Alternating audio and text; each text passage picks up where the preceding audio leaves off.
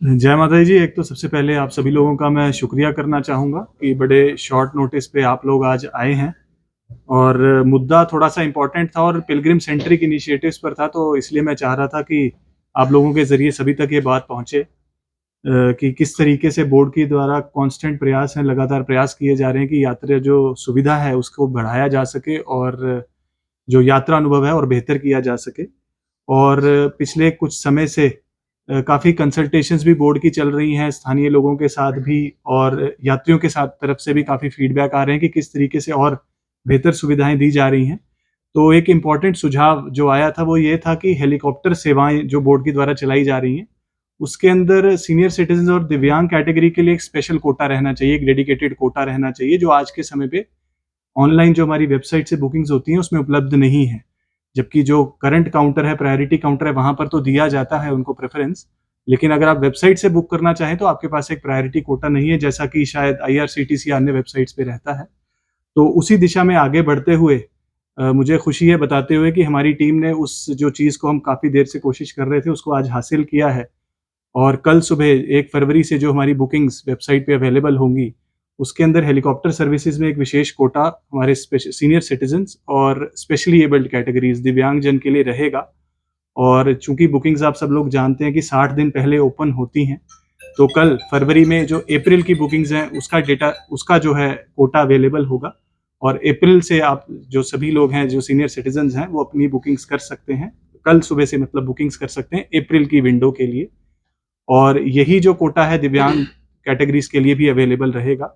और पिछले 3 महीने से शायद आप लोग जानते होंगे कि बैटरी कार बुकिंग्स में ये कोटा रिलीज़ किया जा चुका था और अक्टूबर से ये कोटा लाइव है और काफ़ी अच्छा रिस्पॉन्स हमें मिला है दोनों सीनियर सिटीज़न्स और दिव्यांग कैटेगरी से कि उनको काफ़ी सहूलियत मिली है ऑनलाइन बुकिंग्स हासिल करने के लिए। तो इसी तर्ज पर आगे बढ़ते हुए आज हेलीकॉप्टर सेवाओं के लिए इस कोटे को रिलीज़ किया जा रहा है, जिससे हम समझते हैं कि यात्रा अनुभव इन कैटेगरी ऑफ पिलग्रिम्स के लिए काफ़ी बेहतर रहेगा।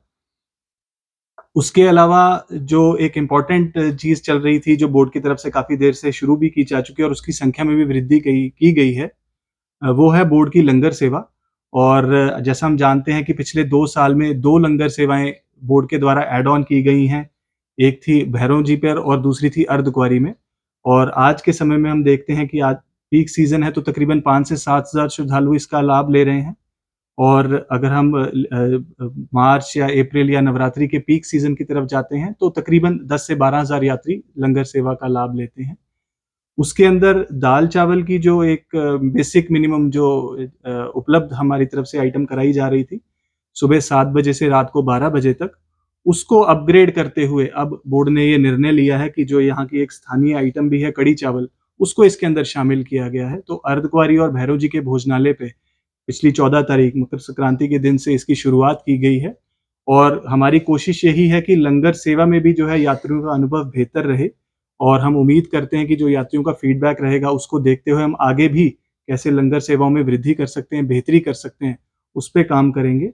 साथ ही साथ जैसा कि हम जानते हैं कि बहुत ही जल्द दिल्ली से कश्मीर जो ट्रेन सेवा है वो जल्द से जल्द शुरू होने वाली है और जिसके लिए ट्रायल रन्स हाल ही में कंप्लीट किए गए हैं। और हमारा ये मानना है कि शायद उससे यात्री फुटफॉल कटरा में भी बढ़ेगा। उसको देखते हुए बोर्ड ने ये फैसला किया है कि कटरा रेलवे स्टेशन पर भी एक चाय के लंगर की सुविधा जो है वो परमानेंट फीचर बनाया जाएगा। पहले ट्रायल बेसिस पर हमने कुछ समय के लिए सेवा शुरू की थी, लेकिन अब ये फैसला किया गया है कि ये परमानेंट फीचर रहेगा और आगे आने वाले समय में रेल से आने वाले जितने भी यात्री हैं, उनको जो है चाय की सुविधा बोर्ड के द्वारा रेलवे स्टेशन पर भी उपलब्ध कराई जाएगी।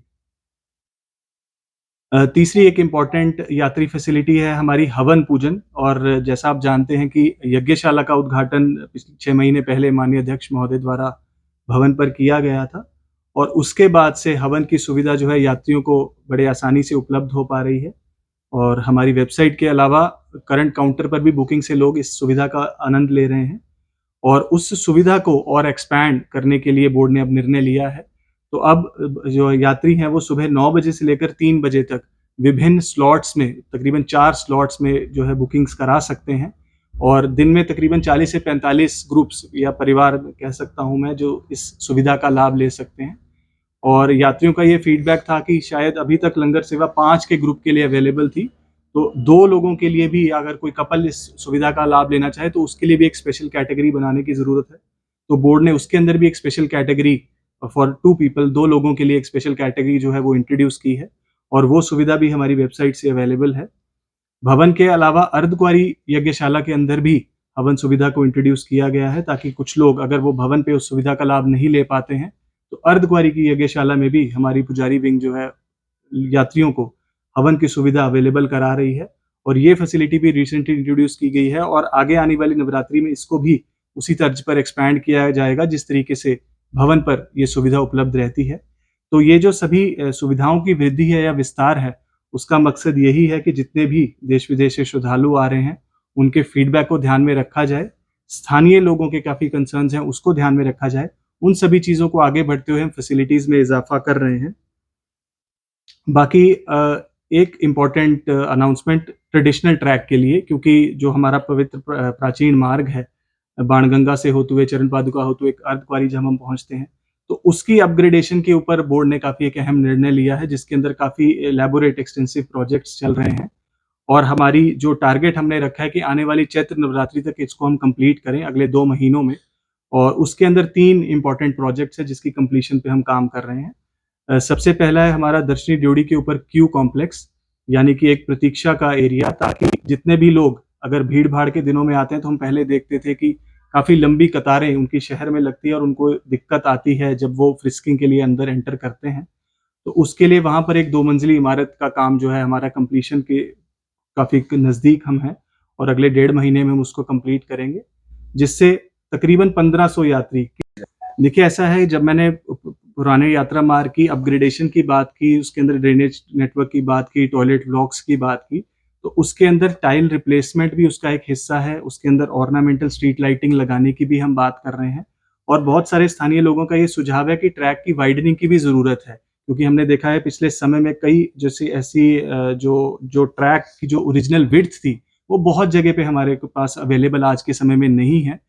तो हमारी जो टीम है वो कोऑर्डिनेट कर रही है स्थानीय लोगों के साथ और कई सारे लोग आगे बढ़कर आए हैं कि वो भी इस जो एक्टिविटीज़ प्रोजेक्ट का हिस्सा बनना चाहते हैं। तो जैसे-जैसे हम लोगों के साथ बैठकर बातचीत करके इस सिलसिले को आगे बढ़ाएँगे, मैं समझता हूँ कि ट्रैक को काफ़ी लेवल्स तक हम अपग्रेड कर सकते हैं। सर, रोपवे गंडोले प्रोजेक्ट की बात करें तो श्री माता वैष्णो देवी श्राइन बोर्ड और कटरा स्टेक होल्डर्स के बीच में बहुत ज़्यादा गैप है कि लोग कहते हैं कि गंडोला नहीं लगना चाहिए। श्री माता वैष्णो देवी श्राइन बोर्ड की तरफ से प्रपोजल निकाला गया कि ताराकोट से लगेंगे। इस गैप को सर किस तरह से फुलफिल किया जाएगा? देखिए ऐसा है, उसके लिए एक बड़ा इंपॉर्टेंट डिसीजन, बहुत इंपॉर्टेंट निर्णय आप सब लोग जैसे जानते हैं माननीय अध्यक्ष महोदय ले चुके हैं, जिसके अंदर एक हाई लेवल कमेटी बनाई गई है, जिसके अंदर 2 सम्मानित बोर्ड सदस्य हैं और डिविजनल कमिश्नर जम्मू जिसका हिस्सा है और एक नए तरीके से जो है कंसल्टेशन का प्रोसेस फिर से शुरू किया गया है और इस जनवरी के महीने में भी 2 मुलाकातों का सिलसिला हुआ है और जिसके अंदर 7-8 ग्रुप्स जो हैं वो मिलने आए हैं हाई लेवल कमेटी को और उन्होंने अपने सुझाव दिए हैं और आगे भी जैसे हमारे चेयरमैन डॉक्टर भान ने कहा है कि ये सिलसिला जो है कंसल्टेशंस का जारी रहेगा और माननीय अध्यक्ष महोदय का ये निर्णय है कि जब तक हम सभी स्टेक होल्डर्स की बात ना सुने, जब तक सभी को पहलू जो है बोर्ड के सामने ना रखे जाएं, तब तक इसके ऊपर कोई आगे फैसला नहीं लिया जाएगा। सर, प्रायोरिटी दर्शंस की बात करें तो कुछ लोगों का ये भी कहना है कि जो लोग यहाँ पर कार्य करते हैं उनका एड्रेस यहाँ का नहीं है, लेकिन वो भी हर संक्रांति के उपलक्ष्य पर या हर ट्यूसडे पर दर्शन करने जाते हैं। क्या उनको भी प्रायोरिटी दर्शंस पर दर्शन करवाए जाएंगे? देखिए ऐसा है कि जो हमारी फर्स्ट प्रायोरिटी थी वो स्थानीय लोगों की थी, क्योंकि उनका एसोसिएशन, उनकी आस्था या उनका कनेक्ट जो लोगों ने बताया हमें वो एक डिफरेंट लेवल का है, तो उसको एक स्पेशल कैटेगरी ट्रीट करते हुए इस जो है प्रायोरिटी दर्शन की सुविधा उपलब्ध कराई गई है। लेकिन जैसा आपने कहा कि बहुत से अन्य कैटेगरीज के लोग भी हैं जो दर्शनाभिलाषी हैं और जिनकी इच्छा रहती है कि वो फ्रीक्वेंटली माँ के दर्शन कर सकें, उनके लिए जो है जो हमारी जो कमेटी है, हमारी टीम है, उसको कंसिडर कर रही है कि किस तरीके से, क्योंकि सुरक्षा का ध्यान रखना भी हमारे लिए बड़ा ज़रूरी है, जिसके लिए RFID कार्ड्स और अन्य सुविधाएं, जो अन्य फैसिलिटीज़ जो हैं इंट्रोड्यूस की गई हैं। तो किस तरीके से हमारे इस सारे जो दर्शन प्रोसेस को, ताकि उनको भी कठिनाई ना हो और जो हमारा सेफ्टी एंड सिक्योरिटी सिस्टम्स भी इन प्लेस रहें, उसको किस तरीके से हम बैलेंस बना सकेंगे, उसके ऊपर हम आगे काम करेंगे। देखिए ऐसा है कि बोर्ड का हमेशा से ही प्रयास रहता है कि जो ये हमारी स्पेशल कैटेगरीज हैं, खास करके सीनियर सिटीजन और स्पेशली एबल्ड, उनको हम विशेष सुविधाएं दे सकें, जैसे कि हेलीकॉप्टर सेवा है या बैटरी कार सेवा है या रोपवे की सेवा है।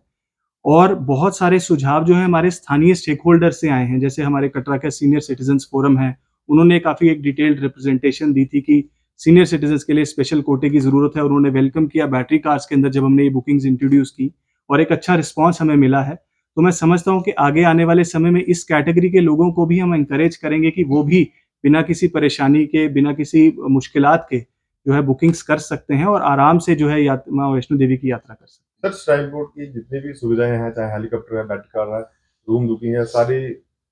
ऑनलाइन कर दी गई हैं। लेकिन सोशल मीडिया पे ऐसी फेक ऐसी जो है, वहाँ पे दिखाया जाता है कि आप हेलीकॉप्टर बुक करो, आप एक पैकेज लो। वो जो फेक साइट है, उन पर किस तरह की कार्रवाई की जाएगी और वो क्यों नहीं बंद की जाती है कि यात्री अपने आप को ठगा हुआ महसूस करता है?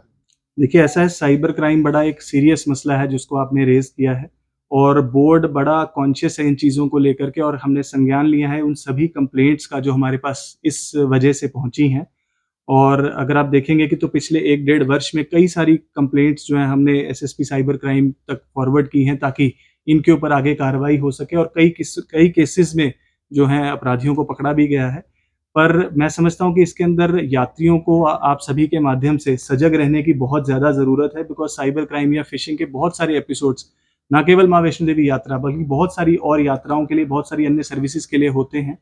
और हमारी बार-बार सभी चैनल से, सभी माध्यमों से ये अपील रहती है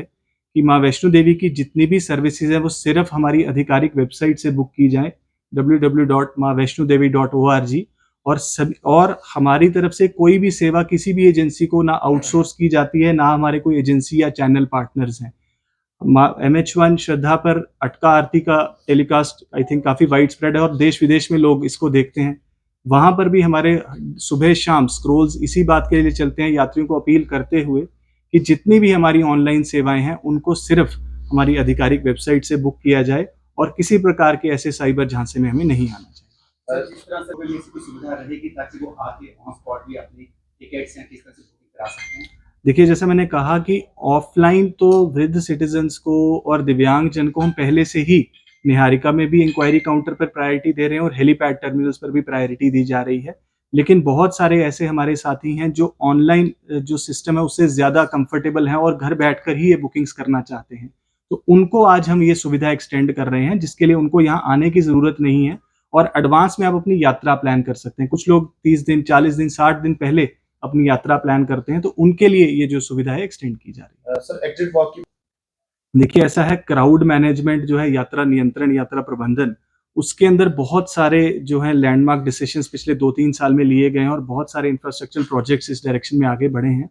उसके अंदर स्काई वॉक जो है काफ़ी एक मेजर इंटरवेंशन हमने देखा रहा, जिससे दर्शन की तरफ जो बढ़ रहे यात्री हैं, जो गुफाओं की तरफ बढ़ रहे हुए यात्री हैं, उनको जिससे काफ़ी सुविधा मिलती है, और आने और जाने वाले श्रद्धालुओं का आपस में किसी प्रकार का जो है कंजेशन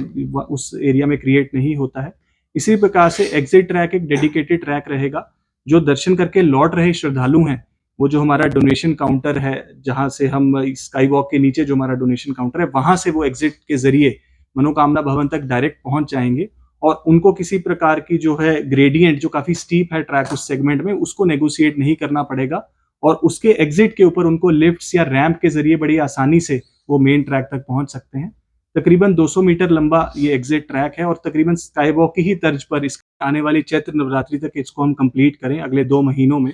और उसके अंदर 3 इम्पोर्टेंट प्रोजेक्ट्स हैं जिसकी कंप्लीशन पे हम काम कर रहे हैं।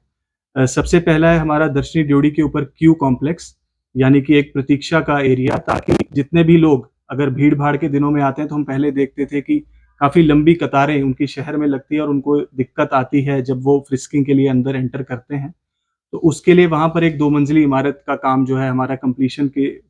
काफ़ी नज़दीक हम हैं, और अगले 1.5 महीने में हम उसको कंप्लीट करेंगे, जिससे तकरीबन 1500 यात्री किसी भी मौसम में आसानी से प्रतीक्षा कर सकते हैं, चाहे वो बारिश का मौसम है या गर्मी है, तो उनको किसी प्रकार की कठिनाई ना हो। इसी तरीके से अगर हम दर्शनी ड्योढ़ी से थोड़ा आगे बढ़ें, तो बाणगंगा सेक्टर में ही एक शुभ्रा भवन है जिसका शुभारंभ हमने हाल ही में किया है। वहाँ पर भी यात्री सेवाओं को में अंदर और वृद्धि की जा रही है, ताकि वहाँ पर भी यात्री प्रतीक्षा कर सकते हैं। Water ATM, bank ATMs, mothers room, इस तरीके की सुविधाएँ जो हैं वो उसके अंदर दी जा रही हैं। और जो लोगों से, यात्रियों से हम सुझाव भी ले रहे हैं कि और कौन-सी ऐसी सेवाएँ हैं, जिसको हम उस बिल्डिंग के अंदर, उस भवन के अंदर शामिल कर सकते हैं, ताकि पारंपरिक मार्ग से जो यात्रा कर रहे हैं उनका यात्रा अनुभव और बेहतर हो। इसी रास्ते के ऊपर ड्रेनेज के बहुत सारे इश्यूज हमारे साथियों ने पहले बताए थे कि बारिश के दिनों में खास करके ड्रेनेज के काफ़ी इश्यूज दिक्कत आती है। पानी के बहाव से काफ़ी लोगों को इनकन्वीनियंस का सामना करना पड़ता है। तो एक एक्सटेंसिव ड्रेनेज नेटवर्क प्लान जो है हमारा, उसके ऊपर बोर्ड काम कर रहा है, जिसके अंदर तकरीबन पहले 250 मीटर पर काम जो है वो कंप्लीट हो चुका है और नवरात्रि तक हमने पूरा जो सेगमेंट है 2.5 से 3 किलोमीटर का उसको कंप्लीट करने का जो है टारगेट अपने सामने लिया है, ताकि आगे आने वाले समय में जो हमारा पीक यात्री सीजन रहता है, इस यात्रा मार्ग से यात्रा करने वाले साथियों को किसी प्रकार की दिक्कत ना हो, कठिनाई ना हो। टॉयलेट ब्लॉक्स की अपग्रेडेशन भी इसी यात्रा ट्रैक के ऊपर हम कर रहे हैं, जिसके अंदर कटरा से लेकर के अर्धकुंवारी तक 3 टॉयलेट ब्लॉक्स को हमने पायलट बेसिस पर लिया है, जिसके अंदर हम ना केवल टॉयलेट ब्लॉक्स की अपग्रेडेशन कर रहे हैं, उनके वेंटिलेशन सिस्टम्स को भी इम्प्रूव किया जा रहा है और कई सारे जो है वेस्टर्न टॉयलेट्स को भी हम इंट्रोड्यूस कर रहे हैं, ताकि कई सारे यात्री जिनको परेशानी आती है उनके लिए जो है डेजिग्नेटेड वेस्टर्न सीट्स रहेंगी। इसके ऊपर भी जो है जो टारगेट जो हमारा टाइम फ्रेम है वो तकरीबन 15 से 20 मार्च का हमने रखा है, ताकि चैत्र नवरात्रि पर ये सुविधाएं यात्रियों को उपलब्ध कराई जा सके। अगर हम अर्धकुंवारी पर आगे बढ़े तो अर्धकुंवारी में भी एक डेडिकेटेड होल्डिंग एरिया, एक कवर्ड होल्डिंग एरिया जिसको हम कहते हैं, उसके अंदर भी हर मौसम में ताकि यात्री प्रतीक्षा कर सकें,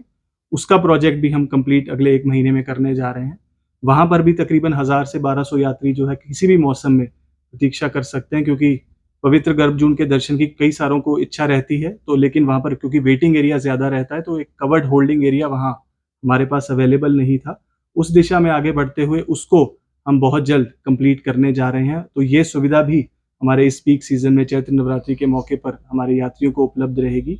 तो इस तरीके से ऐसे कॉम्पोजिट कई सारे जो काम है जो पारंपरिक यात्रा मार्ग पर हम कर रहे हैं, और कुल मिलाकर तकरीबन 20 करोड़ का एक कॉम्प्रिहेंसिव प्रोजेक्ट है, जिसका टारगेट है कि हम चैत्र नवरात्रि से पहले इन सारी जो सुविधाओं को यात्रियों को उपलब्ध करा सके।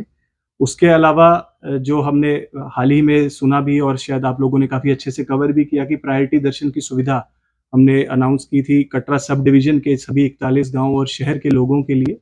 जिसके अंदर आधार कार्ड के बेसिस पर आप दुर्गा भवन इंक्वायरी काउंटर से ये फैसिलिटी ले सकेंगे। तो कल सुबह 1 फरवरी से मैं आप सभी लोगों के माध्यम से बताना चाहूँगा कि कल सुबह से ये सुविधा जो है हमारे स्थानीय लोगों को उपलब्ध होगी, जिसके लिए एसडीएम साहब के ऑफिस में भी जो है इंस्ट्रक्शंस जा चुके हैं, उनकी तरफ से भी आगे इंस्ट्रक्शंस पास ऑन की जा चुकी हैं। और कल सुबह से जो है एक डेजिग्नेटेड काउंटर रहेगा दुर्गा भवन इंक्वायरी काउंटर पर, जहां पर लोग अपना आधार कार्ड दिखाकर जो है वो प्रायोरिटी दर्शन की सुविधा ले सकते हैं। और हमारी कोशिश यही है आगे आने वाले समय में भी कि किस तरीके से सभी तरह के श्रद्धालुओं के लिए, सभी कैटेगरीज के लिए यात्रा अनुभव और बेहतर और सुखद बनाए।